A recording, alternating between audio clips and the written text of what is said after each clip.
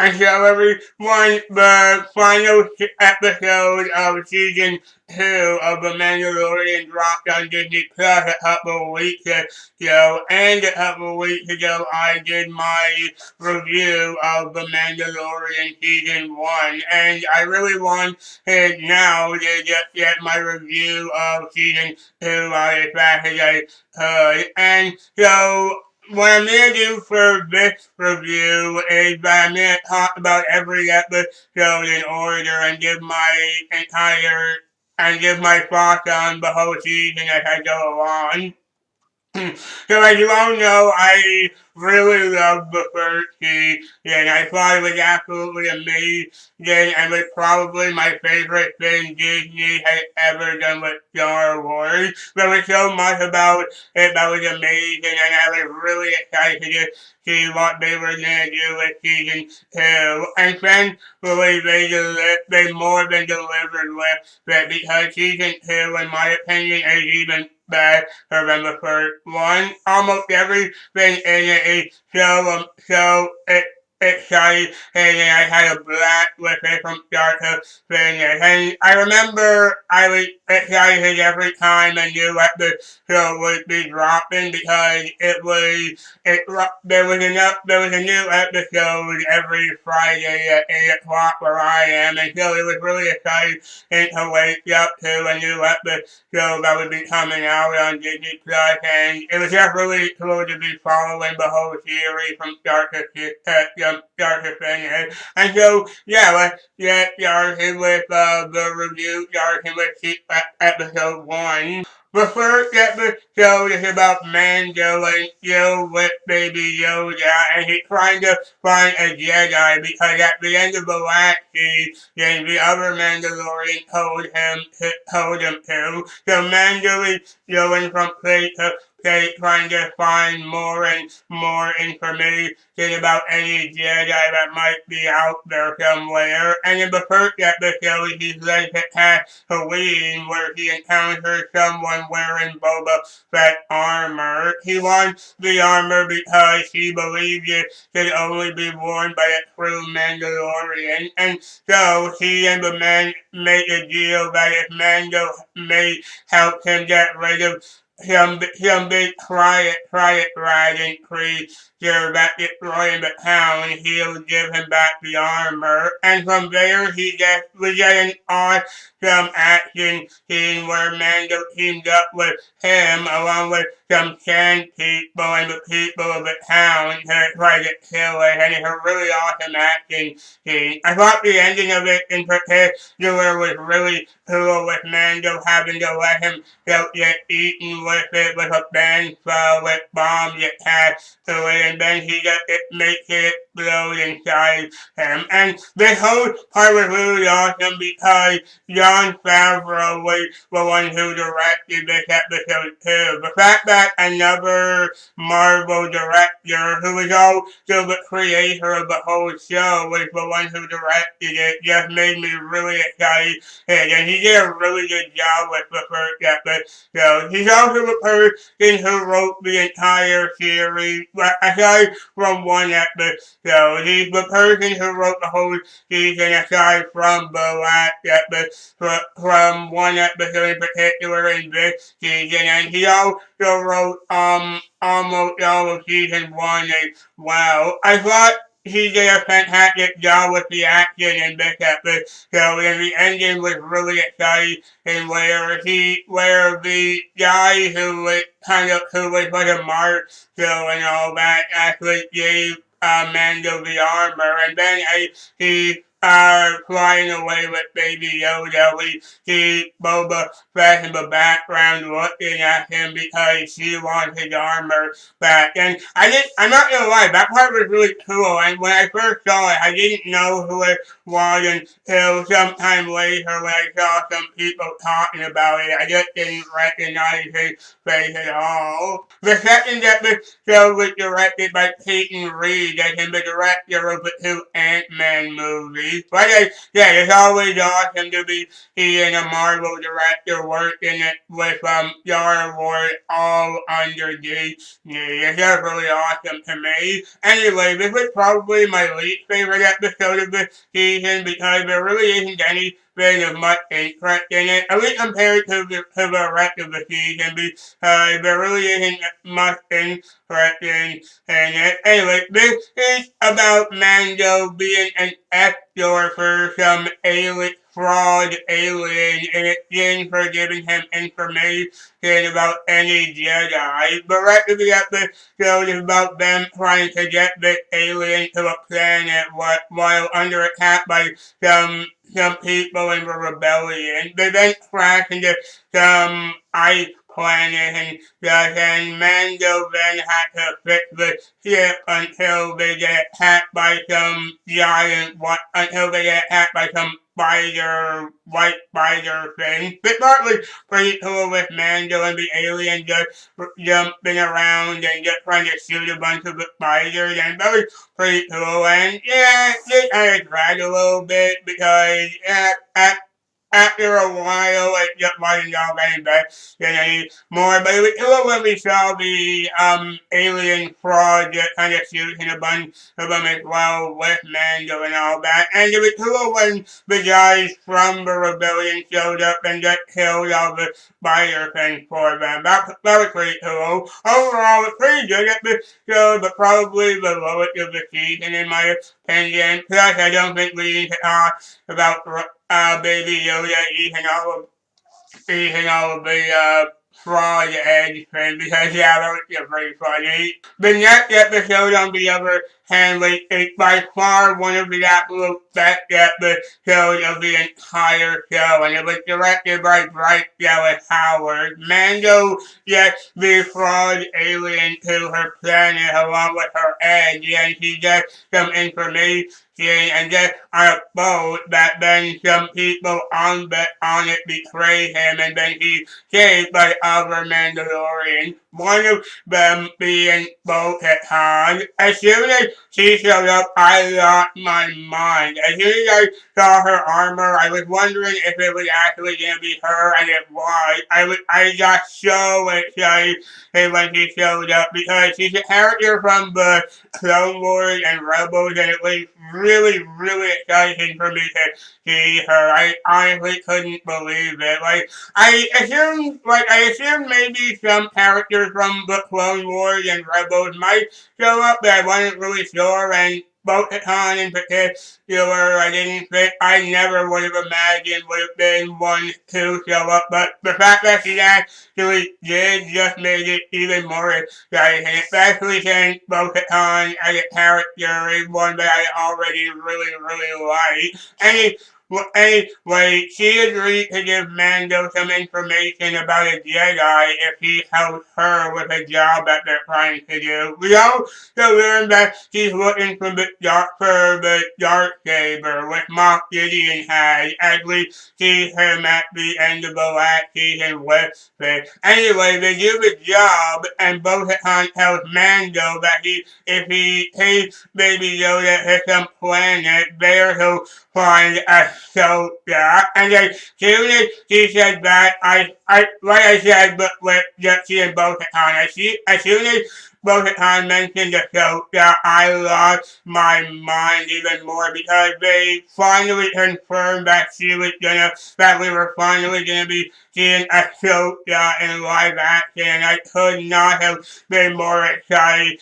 And this entire episode had me really excited from beginning to end. I thought Bryce Dallas Howard did a fantastic job with directing the episode, and it was just cool seeing Bo-Katan in live action. And I thought the actress who played her did a really, really great job with it. And yeah, overall, the ending just made me want so much more. I could not have been more excited to see the next episode. And I finally realized that from watching Clone Wars and Rebels, especially just a couple of months before this, it just made me even more happy to see both and all that. And when they kept going with that, it was just really cool. And it was especially really cool just to see like both on in her armor and live action. And wow, I didn't. I thought it was. I was kind of wondering how like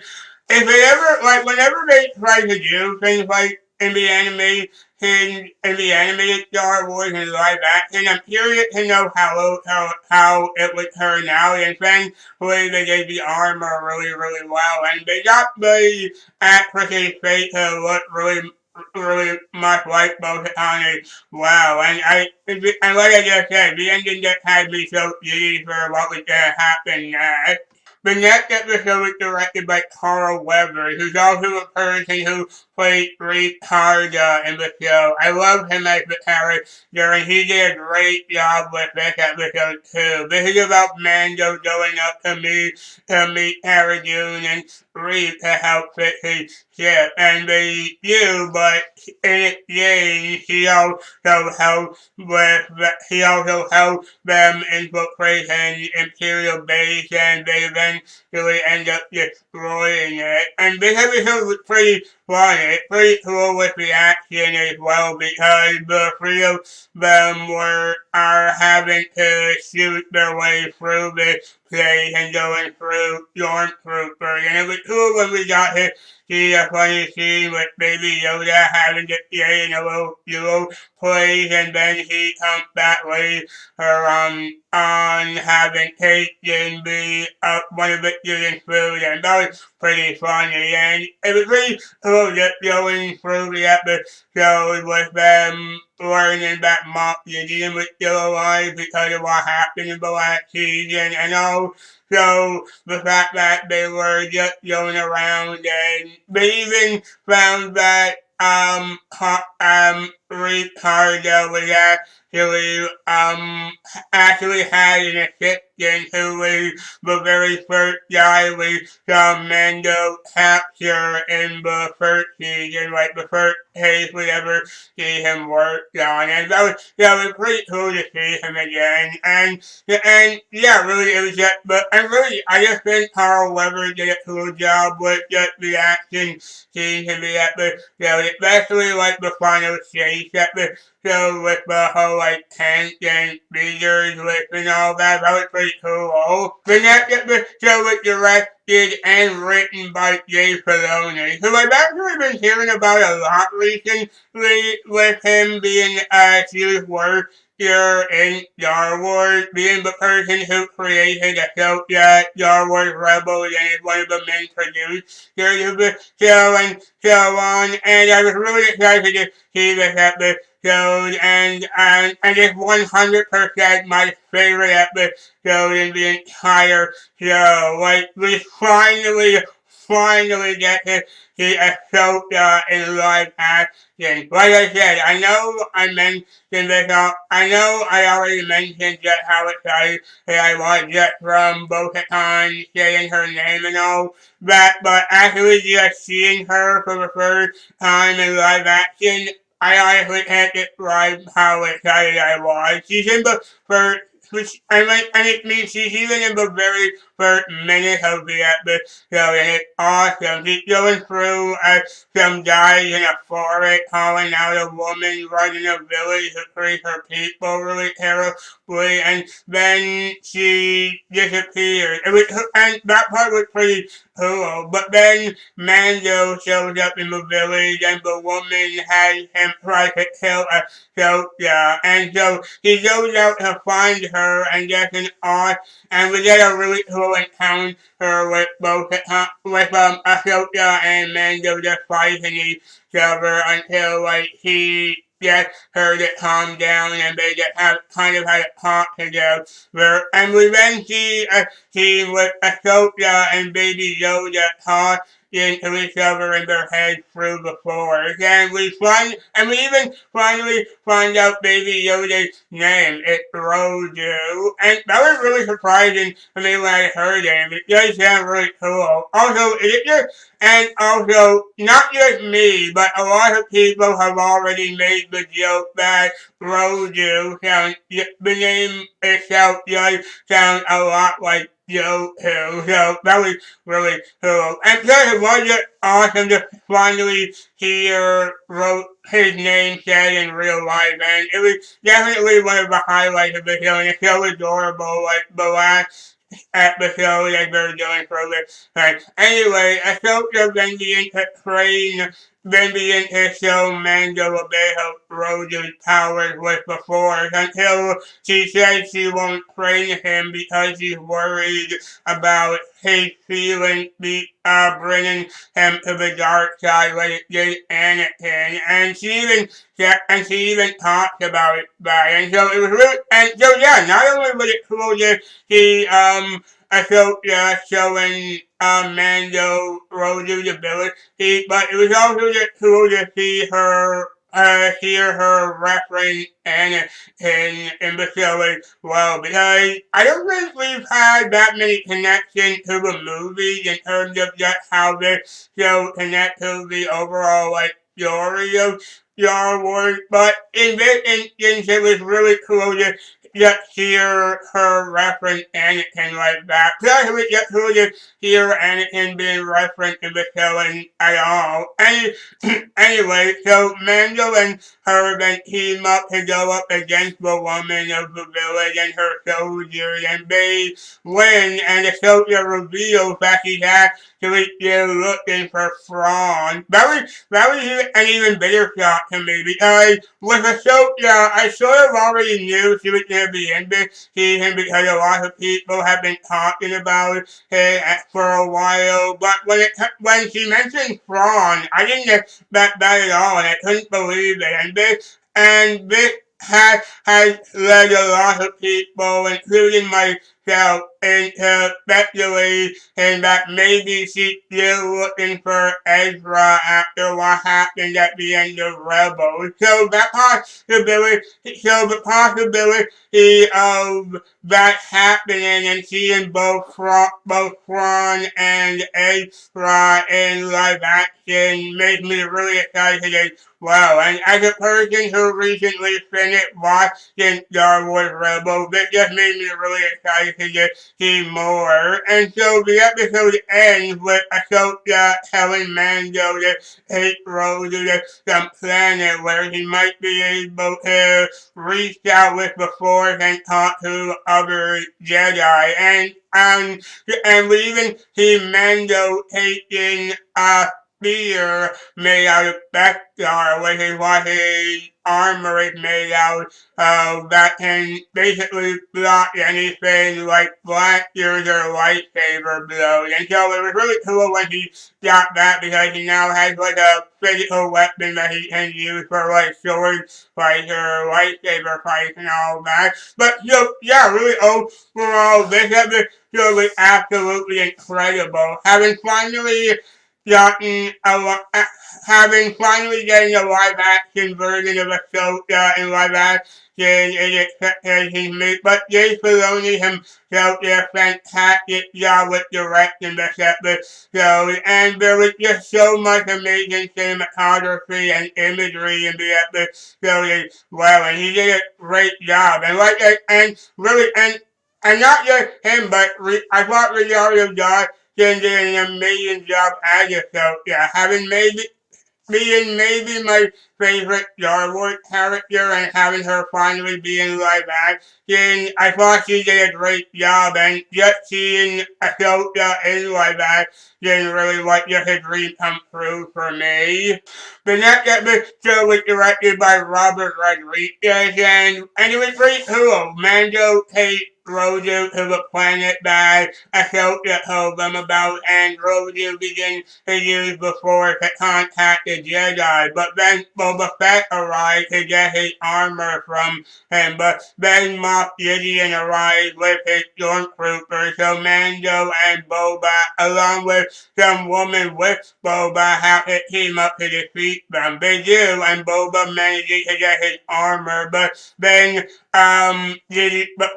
Moff Gideon destroys Mando's ship, the Razor, correct by the, by the way, Mando's ship is called the Razor, correct. And I didn't expect that at all. That was really surprising to me. Definitely saw him just blow up the razor correct like that. And so anyway, and Gideon also uses some droid called the Dark Trooper to kidnap Rodu. So Mando then had to go back to Cara unit again, and they have Mayfeld from the first season come back because they need him to break into the Imperial base. This episode was pretty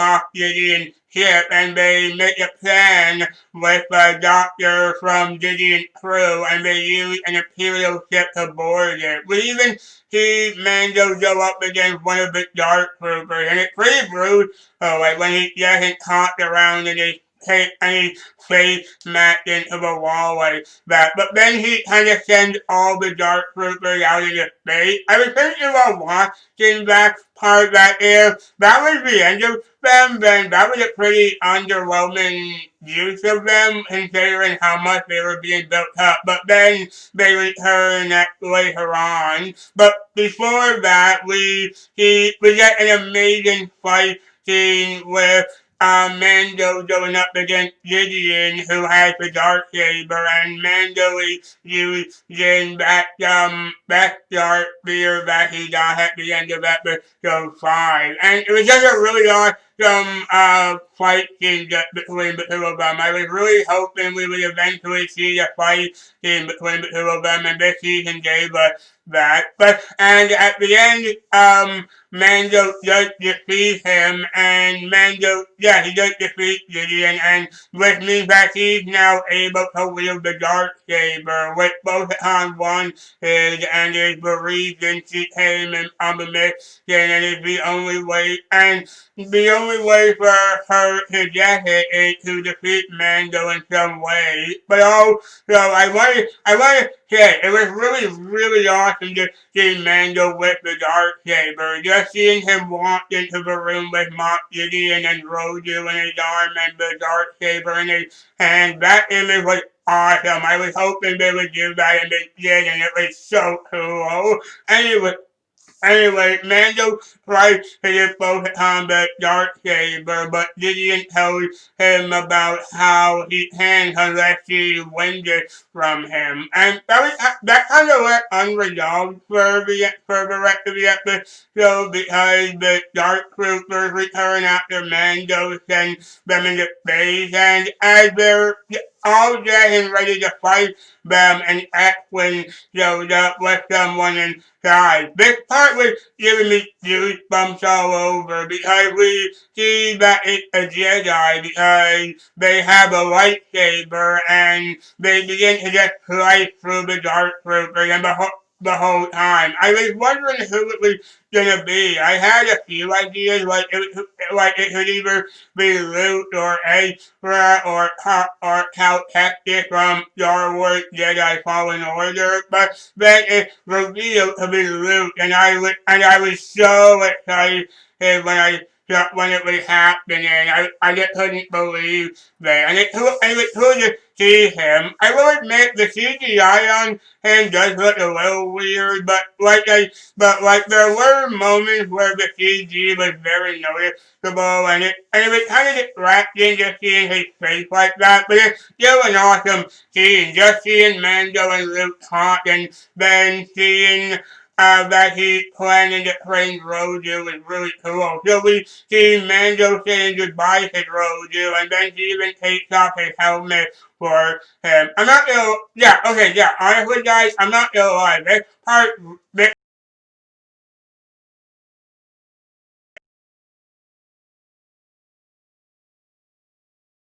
Mando saying goodbye to each other, it really did make me cry. And even R2 showed up, and we did an awesome